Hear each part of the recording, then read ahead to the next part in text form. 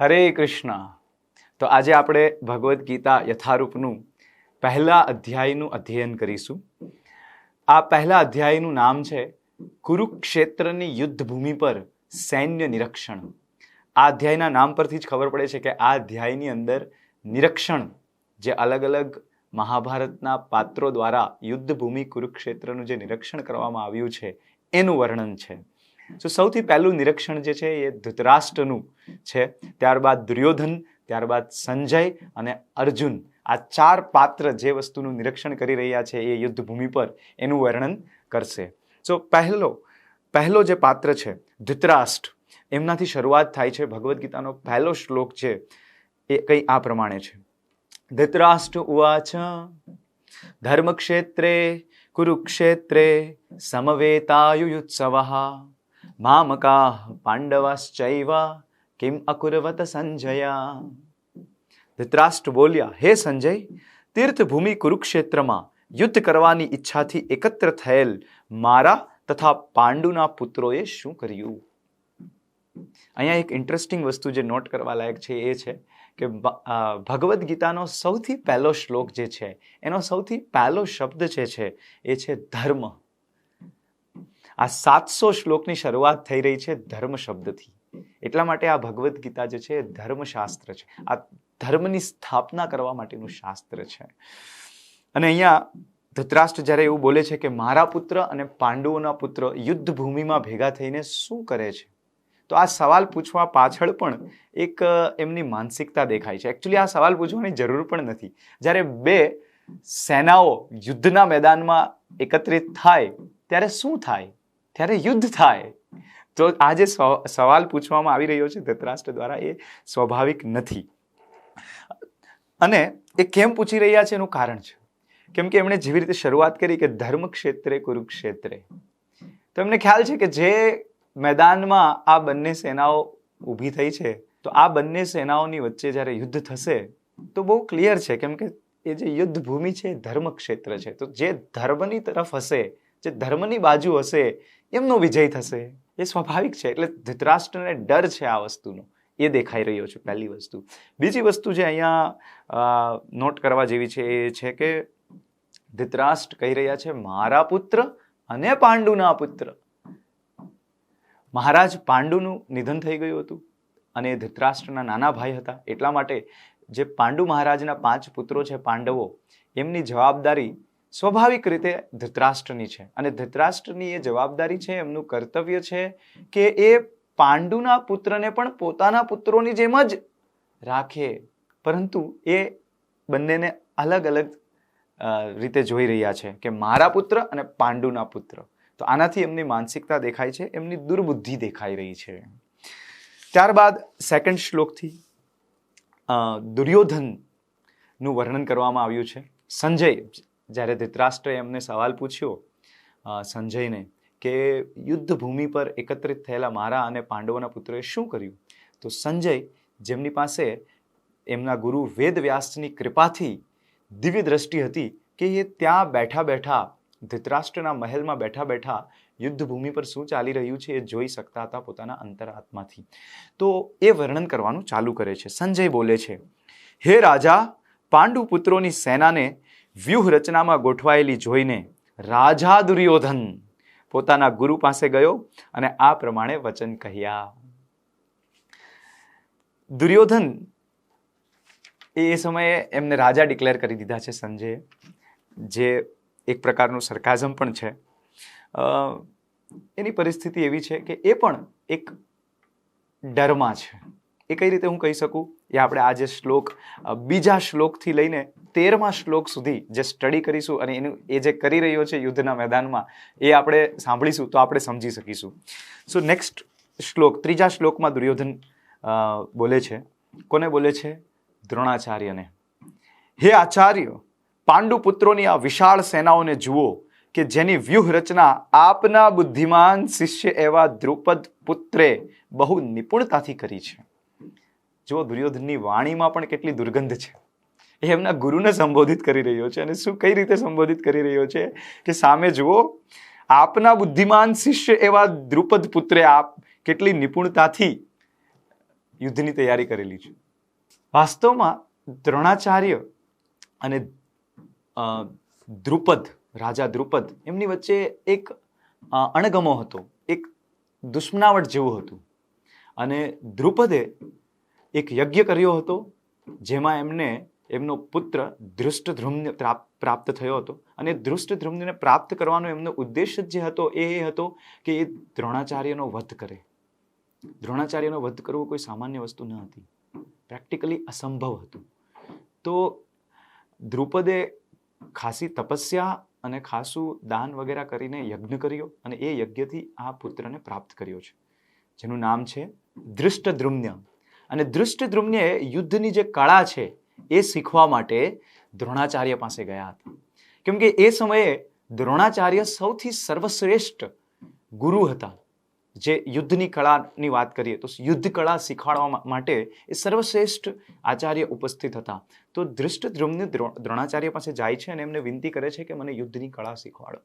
અને દ્રોણાચાર્યને ખબર છે કે આ યુદ્ધ કળા મારી પાસેથી શીખીને મારો જ વધ કરવાનો છે, પણ છતાં દ્રોણાચાર્ય એમને ના પાડતા નથી. સો એ વસ્તુને અત્યારે યુદ્ધભૂમિમાં દુર્યોધન પોઈન્ટ આઉટ કરે છે કે તમે પહેલા જેવી નિર્બળતા બતાવી, જેવી દયા બતાવી, તમારું બ્રાહ્મણિકલ ક્વોલિટી બતાવી અને આ ધૃષ્ટદ્યુમ્નને યુદ્ધની કળા શીખવાડી, એ સમયે તમારો દુશ્મન હોવા છતાં પણ એવી જ દયા, એવી જ કરુણા ભાવ આ યુદ્ધના મેદાનમાં તમારા શિષ્યો પ્રત્યે નહીં બતાવતા, એવું કહેવા માંગે છે દુર્યોધન અહીંયા. દેન ફરી આગળ બોલી રહ્યો છે દુર્યોધન ચોથા શ્લોકની અંદર. અહીં આ સેનામાં ભીમ તથા અર્જુન જેવા અનેક વીર ધનુર્ધરો છે, જેમ કે મહારથી યુયુધાન, વિરાટ તથા દ્રુપદ.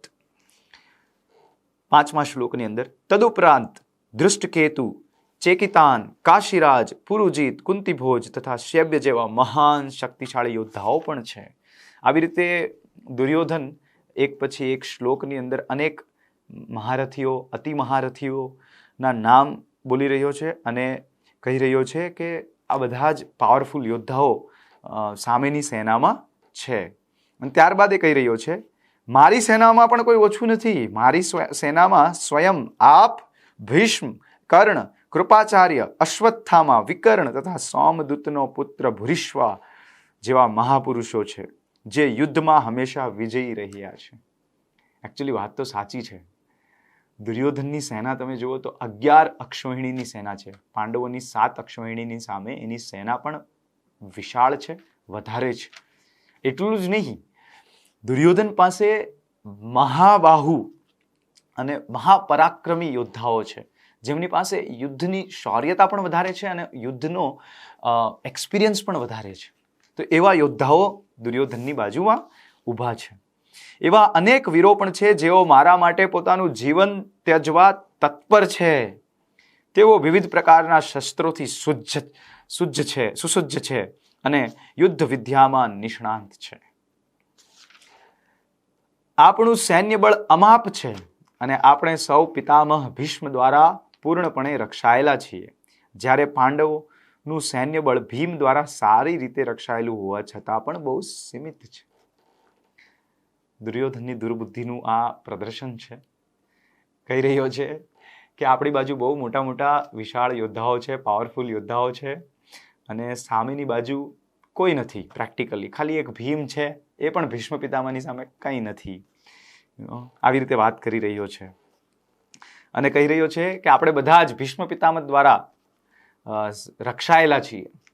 અને ધેન ભીષ્મ પિતામહને આવી રીતે ઉપર અવસ્થામાં બતાવ્યા બાદ બાકી બધાને ડિમોટિવેટેડ ફીલ ના થાય, કે ઓછાપણું ફીલ ના થાય, એટલા માટે બોલી રહ્યો છે આગળ 11મા શ્લોકની અંદર. સૈન્ય વ્યૂહમાં પોતપોતાના મોખરાના સ્થાનો પર રહીને આપ સૌ પિતામહ ભીષ્મની પૂરેપૂરી સહાયતા અવશ્ય કરશો. આપ બધા પણ કોઈ ઓછા નથી પાવરમાં. ભીષ્મ પિતામહ તો પાવરફુલ છે જ તે. તમે બધા પણ પાવરફુલ છો અને તમે તમારા પાવરથી ભીષ્મ પિતામહની રક્ષા કરજો. આવું બધું બોલી રહ્યો છે દુર્યોધન. હરે કૃષ્ણ. યુટ્યુબ પર આ અધ્યાયના વિડીયોના ડિસ્ક્રિપ્શનમાં એક ક્વિઝની લિંક અમે આપી છે. તો આ ક્વિઝના લિંક પર જાઓ અને આ અધ્યાયને ડિટેલમાં સ્ટડી કરીને આ ક્વિઝના જવાબો તમે આપો. અને જે પણ વ્યક્તિ ક્વિઝમાં ખૂબ જ સારો સ્કોર કરશે તેમને હરે કૃષ્ણ મંદિર તરફથી એક ગિફ્ટ મોકલવામાં આવશે. હરે કૃષ્ણ. ત્યારે કુરુવંશના મહાપ્રતાપી વયોવૃદ્ધ વડીલ પિતામહ ભીષ્મે સિંહની ગર્જના જેવો ઘોષ કરનારો પોતાનો શંખ ફૂંકીને ઉચ્ચ સ્વરે શંખનાદ કર્યો, જેનાથી દુર્યોધન બહુ હર્ષ પામ્યો. આ બધું જ્યારે પિતામહ ભીષ્મ જોઈ રહ્યા છે કે દુર્યોધન આવી બડાઈ કરી રહ્યો છે અને ડરના લીધે બડબડી રહ્યો છે, ત્યારે એમનો ડર ઓછો કરવા માટે, એમને હર્ષિત કરવા માટે ભીષ્મ પિતામહે સિંહની ગર્જના જેવો ઘોષ કરનારો પોતાનો શંખ વગાડ્યો. તો આ છે દુર્યોધનની બુદ્ધિ અને દુર્યોધનનું નિરીક્ષણ બંને સેનાઓની. ત્યારબાદ હવે સંજય આગળ બોલી રહ્યા છે. ત્યાર પછી શંખ, નગારા, તુરાઈ તથા રણસિંગા સહસા એક સાથે વાગવા લાગ્યા, જેનો સંયુક્ત વાદ્ય ઘોષ બહુ ઘોંઘાટ ભર્યો હતો. દુર્યોધન આટલું બોલ્યો, ત્યારબાદ પોતાના રથ પર ગયો, અને જેવો દુર્યોધન પોતાના રથ પર ગયો, બંને સેનાઓ બાજુથી શંખનાદ, નગારા આ બધું વગાડવામાં આવ્યું. બીજી બાજુએ અર્થાત પાંડવોના પક્ષ તરફથી શ્વેત અશ્વો જોડાયેલ વિશાળ રથમાં બિરાજમાન ભગવાન કૃષ્ણ અને અર્જુને પોતપોતાના દિવ્ય શંખ ફૂંક્યા. આગળ ભીષ્મ પિતામહે શંખ વગાડ્યો એનું વર્ણન કરવામાં આવ્યું, બાકી બધા સેનાપતિઓએ શંખ વગાડ્યા એનું વર્ણન કરવામાં આવ્યું, પણ કોઈના શંખને દિવ્ય શંખ ના કહેવામાં આવ્યો. પણ જ્યારે ભગવાન કૃષ્ણ અને અર્જુને શંખ વગાડ્યા ત્યારે એમને કહેવામાં આવ્યું કે દિવ્ય શંખ વગાડ્યા. આનું એક બહુ ઉમદો તાત્પર્ય છે. એ આપણે જેમ આગળ અધ્યાયો અધ્યયન કરીશું અને દિવ્ય શબ્દનું તાત્પર્ય સમજશું ત્યારે સમજી શકીશું કે કેમ સંજય અહીંયા એ ભગવાન કૃષ્ણ અને અર્જુનના શંખને દિવ્ય શંખ કહી રહ્યા છે. એ ઇન્ડિકેટ કરી રહ્યા છે, એક સંકેત આપી રહ્યા છે કે કૌરવોનો વિનાશ નિશ્ચિત છે. ભગવાન કૃષ્ણએ પાંચજન્ય નામનો શંખ ફૂંક્યો, અર્જુને દેવદત્ત શંખ તથા અતિ માનુષી કર્મ કરનાર ખાઉધરા ભીમે તેનો ફાઉન્ડર નામનો પ્રચંડ શંખ ફૂંક્યો. ત્યારબાદ 16, 17 અને 18મા શ્લોકની અંદર પણ પાંડવો તરફથી જે શંખ વાગ્યા એમનું વર્ણન કરવામાં આવ્યું છે. અને 19મા શ્લોકને નોટ કરવા જેવો છે, જેમાં કહી રહ્યા છે સંજય, આકાશ તેમજ પૃથ્વી પર પ્રતિધ્વનિત થતા આ વિભિન્ન ગગનભેદી શંખોના નાદે ધૃતરાષ્ટ્રના પુત્રના હૃદયો ને વિદીર્ણ કર્યા. ધૃતરાષ્ટ્રના પુત્રોના હૃદયોની અંદર પાંડવ અને પાંડવોની સેના તરફથી જે શંખ વાગ્યા, શંખનો નાદ થયો, એમણે ડર બેસાડી દીધો. આવો ડર પાંડવોની સેનામાં કોઈની અંદર નહોતો બેસ્યો જ્યારે કૌરવો તરફથી શંખ વાગ્યા હતા. સો બહુ ક્લિયર છે સંજયની વાતો પરથી. સંજય કહી રહ્યા છે કે કૌરવોનો વિનાશ થોડાક જ દિવસોની અંદર થવાનો છે. 20મા શ્લોકની અંદર સંજય કહી રહ્યા છે, તે વખતે હનુમાનજીના ચિહ્નથી અંકિત 20મા શ્લોકની અંદર કહી રહ્યા છે સંજય, તે વખતે હનુમાનજીના ચિહ્નથી અંકિત ધ્વજાવાળા રથમાં આરૂઢ થયેલ પાંડુપુત્ર અર્જુને પોતાનું ધનુષ ઉઠાવ્યું અને તે બાણ છોડવા તૈયાર થયો. હે રાજન, ધૃતરાષ્ટ્રના પુત્રોને વ્યૂહમાં ગોઠવાયેલા જોઈને અર્જુને પછી ભગવાન શ્રી કૃષ્ણને આ વચન કહ્યા. અહીંયા હનુમાનજીના ચિહ્નની વર્ણન કરવામાં આવ્યું છે કે અર્જુનના રથ ઉપર જે ધ્વજ હતો એમાં હનુમાનજીનું ચિહ્ન હતું. હનુમાનજી રામાયણના યુદ્ધમાં ઉપસ્થિત હતા અને જે બાજુ ઉપસ્થિત હતા એ બાજુ વિજય થયો હતો. સો એ સંજય અહીંયા કહી રહ્યા છે કે હનુમાનજી ફરી આજે આ મહાયુદ્ધની અંદર અર્જુન તરફ ઉપસ્થિત છે, તો અર્જુનનો વિજય નિશ્ચિત છે. આવી રીતે સંજય 14મા શ્લોકથી લઈને 20મા શ્લોકની અંદર વારંવાર ઇન્ડિકેટ કરે છે ધૃતરાષ્ટ્રને કે પાંડવોનો વિજય નિશ્ચિત છે. પરંતુ અહીંયા એક સસ્પેન્સ ક્રિએટ કરી રહ્યા છે સંજય કહી રહ્યા છે કે અર્જુન ભગવાન કૃષ્ણને કંઈ કહી રહ્યા છે. હવે કહેવા જેવું તો કશું બાકી રહ્યું નથી, બંને બાજુ શંખ વાગી ગયા છે, બસ તીરો છૂટે, બાણ છૂટે એટલી જ વાર છે. પણ અર્જુન કંઈ કહી રહ્યા છે, સેનયોર ઉભયોર મધ્યે રથમ સ્થાપત્ય મે ચ્યુત યાવદેતા નિરીક્ષેહમ યોઢુ કામાન વસ્થિતાન. અર્જુને કહ્યું, હે અચ્યુત, કૃપા કરી મારા રથને બંને સૈન્યોની વચ્ચે ઊભો રાખો કે જેથી અહીં ઉપસ્થિત યુદ્ધ કરવાની ઈચ્છાવાળાઓને અને આ મહાન શસ્ત્ર સંઘર્ષમાં જેમની સાથે મારે લડવાનું છે તેમને હું જોઈ શકું. ધૃતરાષ્ટ્રના દુર્બુદ્ધિવાળા પુત્રોને પ્રસન્ન કરવાની ઈચ્છાથી જેઓ અહીં યુદ્ધ કરવા આવ્યા છે તેમનું મને નિરીક્ષણ કરવા દો. અર્જુન કહી રહ્યા છે ભગવાન કૃષ્ણને. ત્યારબાદ સંજય બોલ્યા, હે ભરતવંશી, અર્જુન દ્વારા આ પ્રમાણે સંબોધિત થયેલા ભગવાન કૃષ્ણએ બંને પક્ષોના સૈન્યના મધ્ય ભાગમાં જ તે ઉત્તમ રથને ઊભો કર્યો. અર્જુન અને ભગવાન શ્રી કૃષ્ણ જે રથ પર બિરાજમાન હતા એને ઉત્તમ રથ કહેવામાં આવ્યો છે, કેમ કે એ દેવતાઓના થકી અગ્નિદેવે એમને ભેટ આપ્યો હતો આ યુદ્ધમાં લડવા માટે. એ કોઈ સાધારણ આ દુનિયાનો રથ ના હતો. ભીષ્મ, દ્રોણ તથા વિશ્વભરના અન્ય બધા જ રાજાઓની ઉપસ્થિતિમાં ભગવાન કહ્યું, હે પાર્થ, અહીં એકત્રિત થયેલા આ બધા જ ગુરુઓને જો. ભગવાને રથ ઊભો કર્યો બંને સેનાઓની વચ્ચે અને ત્યારબાદ અર્જુનને કીધું કે હે પાર્થ, જુઓ આ બધા જ યોદ્ધાઓને. અને ભગવાન જ્યારે આવું કહી રહ્યા છે તે એમનું પણ એક મર્મ છે કહેવા પાછળ. બંને પક્ષોની સેનાઓની મધ્યમાં ઊભેલા અર્જુનને પોતાના કાકાઓ, દાદાઓ, આચાર્યો, મામાઓ, ભાઈઓ, પુત્રો, પૌત્રો, મિત્રો તથા સસરા તેમજ શુભેચ્છકોને જોયા. ત્યારબાદ આગળ વધતા 28મા શ્લોકની અંદર અર્જુન બોલવાનું ચાલુ કરે છે. અત્યાર સુધી કોણ કોણ બોલ્યા? ધૃતરાષ્ટ્ર બોલ્યા, સંજય બોલ્યા અને દુર્યોધન બોલ્યા. હવે કોણ બોલી રહ્યું છે? અર્જુન બોલી રહ્યા છે. અર્જુને કહ્યું, હે પ્રિય કૃષ્ણ, આ રીતે યુદ્ધ કરવાની ઈચ્છાવાળા મારા મિત્રો તથા સ્વજનોને મારી સામે ઉપસ્થિત થયેલા જોઈ મારા અંગો ધ્રુજવા લાગ્યા છે અને મારું મુખ પણ સુખાઈ રહ્યું છે.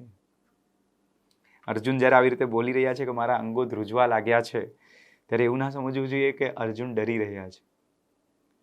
અર્જુન અહીંયા ડરના લીધે નથી ધ્રુજતા. એ કોઈ અલગ ફિલિંગ છે. એ દયા ભાવનાથી ડરી રહ્યા છે. એમને ઘણા પ્રકારની અલગ અલગ ફિલિંગ આવી રહી છે. એમને જે ડર પણ લાગી રહ્યો છે એ ડર નથી કે મારું શું થશે, એમને એ ડર છે કે આટલા બધા લોકો મરશે તો એમના પરિવારજનોનું શું થશે. એ આગળ આપણે જોઈશું. સો અર્જુનની અંદર આ જે સદગુણો છે, દયા ભાવના હોવી, બીજા પ્રત્યેની એક સંવેદનશીલતા હોવી, તો આ બધા સદગુણોનું દેખાઈ રહ્યા છે. આ બધા સદગુણો આપણને અહીંયા દેખાઈ રહ્યા છે. શાસ્ત્રોની અંદર કહેવામાં આવે છે કે યસ્યાસ્તિ ભક્તિર ભગવતી અકિંચના સર્વેર ગુણેર તત્ર સમાસતા સુરઃ. કે જ્યારે કોઈ વ્યક્તિ ભગવાન કૃષ્ણનો ભક્ત બને છે ને, તો એની અંદર બધા જ દેવતાઓના જે સદગુણો છે, સારા ગુણો છે, એ આપોઆપ આવી જાય છે. અને બીજી બાજુ હરાવ અભક્તસ્ય કુતો મહદ ગુણાત મનોરથેના સતીધાવતો બહિ.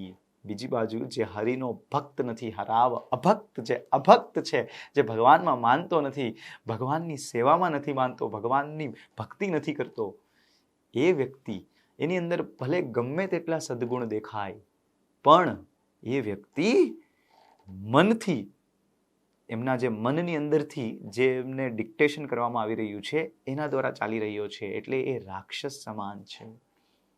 એ ચાહે બહુ મોટો વકીલ હોઈ શકે, બહુ મોટો ડોક્ટર હોઈ શકે, બહુ બધી સેવા કરી રહ્યો હોઈ શકે, પણ અલ્ટિમેટલી એ બધું જ પોતાના સ્વાર્થ માટે કરી રહ્યું છે. એટલે આ બધા સોકોલ્ડ સદગુણ હોવા છતાં પણ એની બુદ્ધિ રાક્ષસી બુદ્ધિ છે. આવું ડિક્લેર કરી દીધું છે ભાગવતમના 5મા સ્કંદના 18મા ચેપ્ટરના 12મા શ્લોકની અંદર. આગળ 29મા શ્લોકની અંદર અર્જુન કહી રહ્યા છે, મારા સમગ્ર શરીરે કંપ થઈ રહ્યો છે, મારા શરીરે રોમાંચ થઈ રહ્યો છે, મારું ગાંડીવ ધનુષ મારા હાથમાંથી સરી પડે છે અને મારી ત્વચા બળી રહી છે. હું હવે અહીં વધારે સમય સ્થિર ઊભો નહીં રહી શકું. હું મારી જાતને ભૂલી રહ્યો છું, મારું મન ભમી રહ્યું છે. હે કૃષ્ણ, કેસી દૈત્યના સંહારક કેશવ, મને તો માત્ર દુર્ભાગ્યના જ દર્શન થઈ રહ્યા છે. દરેક વ્યક્તિ આવી પરિસ્થિતિમાંથી ગુજરે છે જીવનમાં. ક્યારેક ને ક્યારેક તો આપણે બધાની આવી પરિસ્થિતિ થાય જ છે કે ઊભા નથી રહી શકતા, હાથ પગની અંદર કંપન આવી રહ્યું છે, મોઢું સુકાઈ રહ્યું છે, સમજમાં નથી આવી રહ્યું કે શું કરવું શું ના કરવું, બધું જ મિનિંગલેસ લાગી રહ્યું છે. તો એવી પરિસ્થિતિ અર્જુનની પણ અહીંયા થઈ રહી છે. કારણ અલગ અલગ હોય છે. આપણા બધાની અંદર, આપણા બધા જીવનમાં આવી પરિસ્થિતિ એટલા માટે આવતી હોય કે આપણે પોતાને લઈને બહુ ચિંતિત હોઈએ છીએ. અર્જુનની અંદર આવી પરિસ્થિતિ આવી છે, બીજાને લઈને બહુ ચિંતિત છે. ફરક છે અહીંયા. અર્જુન આગળ કહી રહ્યા છે, આ યુદ્ધમાં મારા પોતાના જ સ્વજનોને હણવાથી કોઈ કલ્યાણ કેવી રીતે થઈ શકે? હું જોઈ નથી શકતો. હે પ્રિય કૃષ્ણ, હું તેનાથી કોઈ વિજય, રાજ્ય કે સુખની ઈચ્છા રાખતો નથી. આ 31મો શ્લોક છે. 31મા શ્લોકથી લઈને 35મા શ્લોકની અંદર અર્જુન કહી રહ્યો છે કે આ યુદ્ધ કર્યા પછી મને કોઈ સુખ પ્રાપ્ત નથી થવાનું. એ કહી રહ્યા છે ને કે સ્વજનોને હણવાથી, મતલબ જો આ યુદ્ધ થશે તો અને અમારી જીત થશે તો શું થશે? અમને આ રાજ્ય મળશે, રાજ્યનું સુખ ભોગવવા મળશે. પણ રાજ્ય તો મળશે, પણ જો આ સ્વજનો નહીં હોય, રાજકારણીઓ નહીં હોય આ રાજ્યની અંદર, બાકી બધા, તો કોને હું દેખાડીશ કે અમે સુખ ભોગવી રહ્યા છીએ? સો કોની સામે આ સુખને ભોગવવું એ વર્ણન કરી રહ્યા છે. આગળના અનેક શ્લોકોની અંદર એ કહી રહ્યા છે ગુરુ ભાઈઓ, પુત્રો, મામા, સસરા, પૌત્રો બધા જ જતા રહેશે, તો આ બધા વગર અમે કઈ રીતે આનંદ મેળવીશું, કઈ રીતે સુખ ભોગવીશું? ધેન આપણે આગળ વધીશું 36મા શ્લોકની અંદર, કેમ કે 36મા શ્લોકથી લઈને 38મા શ્લોકની અંદર અર્જુન જે છે એ કહી રહ્યા છે, પહેલું કીધું એમણે કે સુખ મળવાનું નથી જેના માટે આપણે આ યુદ્ધ કરવાના છીએ. હવે કહી રહ્યા છે કે પાપ લાગશે આપણને, આ યુદ્ધ કરીશું તો પાપ લાગશે આપણને. કેવી રીતે પાપ લાગશે? અર્જુનને કહી રહ્યા છે 36મા શ્લોકમાં એમણે સૌથી પહેલા તો કીધું છે કે જો અમે આવા આતતાયીઓને હણીશું તો અમે પાપમાં જ પડીશું. આ વાક્યની અંદર એક શબ્દ યુઝ કરવામાં આવી રહ્યો છે, આતતાયીનો. આતતાયીનો મતલબ જે આપણા પર ઘાતક પ્રહાર કરે.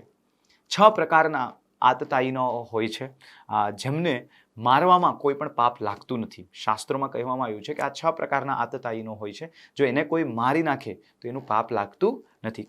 કયા છે આ 6 પ્રકારના આતતાયીઓ? પહેલા છે જે વિષ આપે, જે ઝેર પીવડાવવાની કોશિશ કરે, એ આતતાયી કહેવાય. એને મારી નાખો તો કોઈ પાપ લાગશે નહીં. જે ઘર ઉપર આગ લગાડે, જે ઘરમાં આગ લગાવી દે, જો એને મારી નાખીએ તો પણ કોઈ પાપ નહીં લાગે. જે ઘાતક શસ્ત્રોથી આક્રમણ કરે, જે આપણા ઉપર આક્રમણ કરવા આવે, એને આપણે મારી નાખીએ તો પણ પાપ લાગતું નથી. ધન સંપત્તિ લૂંટી જાય, આપણા જીવનભરની કમાણીને કોઈ લૂંટવાનો પ્રયાસ કરે તો લૂંટી જાય, એને જો મારવામાં આવે તો પણ પાપ લાગતું નથી. આ 4થા પ્રકારના આતતાયીનાઓ છે. અને 5મા છે જે જમીનને કોઈ લઈ જાય, આપણી જમીન પર કોઈ કબજો જમાવી દે તો એ પણ આપણા માટે આતતાયી કહેવાય. એને મારવામાં પણ કોઈ પાપ શાસ્ત્ર પ્રમાણે છે નહીં. અને 6થા પ્રકારના આતતાયીનો છે જે પર સ્ત્રીનું અપહરણ કરી જાય છે, સ્ત્રીનું અપહરણ કરી જાય છે, વ્યક્તિની પત્નીનું અપહરણ કરી લે કોઈ વ્યક્તિ, તો એને મારવામાં પણ કોઈ પાપ નથી. તો આ 6 પ્રકારના આતતાયીનો છે જેને મારવાથી કોઈ પાપ લાગતું નથી. અને ઇન્ટરેસ્ટિંગલી આપણે જોઈ શકીએ કે દુર્યોધને આ 6 વસ્તુ કરેલી છે. એણે ઝેર પીવડાવ્યું છે, ઝેર પીવડાવવાની કોશિશ કરી હતી, પીવડાવી દીધું હતું દુર્યોધને ભીમને. ત્યારબાદ ઘરને આગ લગાડી દીધી છે, લાક્ષાગ્રહની અંદર પાંડવોને મોકલીને ત્યાં આગ લગાવી દીધી હતી. ઘાતક શસ્ત્રોથી આક્રમણ કરનારને શસ્ત્રોથી હવે આક્રમણ કરશે યુદ્ધની અંદર. ધન સંપત્તિ ઓલરેડી લૂંટી લીધી છે, 4થા પ્રકારનો આતતાયી. જમીન પચાવી પાડી છે, પાંડવોનું જે રાજ્ય છે એ પચાવી પાડ્યું છે. અને પાંડવોની પત્ની જે છે દ્રૌપદી, એમના ઉપર બી એમણે હાથ મૂક્યો છે. સો આવી રીતે 6 પ્રકારના ક્વોલિફિકેશન એમની અંદર છે. પરંતુ અહીંયા અર્જુન કહી રહ્યા છે કે આ આતતાયીઓને મારશે તો પાપ લાગશે. એટલે અર્જુન પાસે જે જ્ઞાન છે કે પાપ કોને કહેવાય ને પુણ્ય કોને કહેવાય, એ પણ અત્યારે ધૂંધળું થઈ ગયું છે આ પરિસ્થિતિમાં. 40મા શ્લોકની અંદર અર્જુન કહી રહ્યા છે, હે કૃષ્ણ, જ્યારે કુળમાં અધર્મનું પ્રાધાન્ય થાય છે ત્યારે કુળની સ્ત્રીઓ દૂષિત થઈ જાય છે અને સ્ત્રીત્વના પતનથી હે વૃષ્ણિવંશી અવાંછિત સંતતિ ઉત્પન્ન થાય છે. અર્જુન કહી રહ્યા છે કે જો આ બધા જ પુરુષો જે અહીંયા યુદ્ધ માટે ઉપસ્થિત થયા છે એ આ યુદ્ધની અંદર મૃત્યુ પામશે તો સમાજની અંદર પરંપરા જાળવવાવાળું, સંસ્કૃતિ જાળવવાવાળું કોઈ નહીં બચે અને સમાજનું પતન થઈ જશે. 40થી લઈને 44મા શ્લોક સુધી અર્જુન કહી રહ્યા છે કે કઈ કઈ રીતે સમાજ, સમુદાય, ઘર, પરિવાર બધાનો વિનાશ થઈ જશે. આવનારી ઘણી બધી પેઢીઓ સુધી આ યુદ્ધનું પરિણામ લોકોને ભોગવવું પડશે. આખી દુનિયામાં અધર્મ ફેલાઈ જશે. આવી બધી વાતો અર્જુન કરી રહ્યા છે. ત્યારબાદ 45મા શ્લોકની અંદર અર્જુન કહી રહ્યા છે, જો ફાઇનલી અર્જુન છેલ્લું વાક્ય કહી રહ્યા છે, જો શસ્ત્ર ધારણ કરેલા ધૃતરાષ્ટ્રના પુત્રો નિશસ્ત્ર થયેલા તથા રણભૂમિમાં પ્રતિકાર ન કરનારા એવા મને હણે તો એ મને સ્વીકાર છે. અર્જુન કહી રહ્યા છે કે મારે યુદ્ધ નથી કરવું, ભલે એ બધા મને મારી નાખે, મારે શસ્ત્ર નથી ઉઠાવવા, આનાથી ખબર પડે છે અર્જુન કેટલા ડિટેચ્ડ છે. એમને કોઈ પણ પ્રકારની આસક્તિ નથી. એ યુદ્ધના મેદાનમાં પોતાના સ્વાર્થ માટે નથી વિચારી રહ્યા. એમને પોતાના માટે કશું નથી જોઈતું. એ જ્યારે જોઈ રહ્યા છે કે આ યુદ્ધથી વિનાશ થશે, આટલા બધા લોકો મૃત્યુ પામશે, આટલા બધા ઘર પરિવાર તૂટી જશે, ધર્મનો વિનાશ થશે, સંસ્કૃતિ અને પરંપરાઓનો વિનાશ થશે, તો એ કહી રહ્યા છે કે મારે આ યુદ્ધ નથી કરવું. આ અર્જુનનું ક્વોલિફિકેશન છે. એક શાના માટે ક્વોલિફિકેશન છે? ભગવદ્ ગીતા સાંભળવા માટે, કે એમની અંદર આ બધા સદગુણો છે. દેન સંજય કહી રહ્યા છે, સંજય બોલે છે છેલ્લો શ્લોક પહેલા અધ્યાયનો, રણ મેદાનમાં આ પ્રમાણે કહીને અર્જુને પોતાના ધનુષ તથા બાણ બાજુ પર મૂકી દીધા અને શોક સંતપ્ત મનથી રથના આસન પર બેસી ગયો. ભાવાર્થ પણ વાંચીશું આ છેલ્લા શ્લોકનો. પોતાના શત્રુ પક્ષની સ્થિતિનું નિરીક્ષણ કરવા માટે રથમાં અર્જુન ઊભો થયો હતો, પરંતુ શોકવશ એ એટલો સંતપ્ત થઈ ગયો કે શસ્ત્ર બાજુમાં મૂકીને રથમાં ફરી બેસી ગયો. ભગવદ ભક્તિ પરાયણ આવો દયાળુ તથા કોમળ હૃદયવાળો પુરુષ આત્મજ્ઞાન પ્રાપ્ત કરવા માટે સુયોગ્ય છે. તો આ અર્જુનનું ક્વોલિફિકેશન છે આગળ ભગવદ્ ગીતાનું જ્ઞાન પ્રાપ્ત કરવા માટે. તો આપણે જોયું કે આ અધ્યાયની અંદર 4 અલગ અલગ પાત્રોનું નિરીક્ષણ પ્રસ્તુત કરવામાં આવ્યું છે. ધૃતરાષ્ટ્ર અને દુર્યોધન જે ડરથી પ્રભાવિત થયેલા છે, સંજય જે ઉત્સાહી છે આગળ જે થવાનું છે એને જોવા માટે, અને ત્યારબાદ અર્જુન જે ધાર્મિક દ્રષ્ટિથી બધું જોવે છે અને દયા અને કોમળ હૃદયની ભાવનાથી વિચારી રહ્યો છે અને યુદ્ધ ના કરવાનો નિર્ણય લઈ રહ્યો છે. તો આગળના ચેપ્ટરની અંદર આપણે જોઈશું બીજા અધ્યાયથી લઈને 18મા અધ્યાય સુધી કે ભગવાન કૃષ્ણ કઈ રીતે અર્જુનને યુદ્ધ કરવા માટે ફરી તૈયાર કરે છે. Thank you very much. Hare Krishna. Hare Krishna. YouTube પર આ અધ્યાયના વિડીયોના ડિસ્ક્રિપ્શનમાં એક ક્વિઝની લિંક અમે આપી છે. તો આ ક્વિઝના લિંક પર જાઓ અને આ અધ્યાયને ડિટેલમાં સ્ટડી કરીને આ ક્વિઝના જવાબો તમે આપો. અને જે પણ વ્યક્તિ ક્વિઝમાં ખૂબ જ સારો સ્કોર કરશે તેમને હરે કૃષ્ણ મંદિર તરફથી એક ગિફ્ટ મોકલવામાં આવશે. હરે કૃષ્ણ.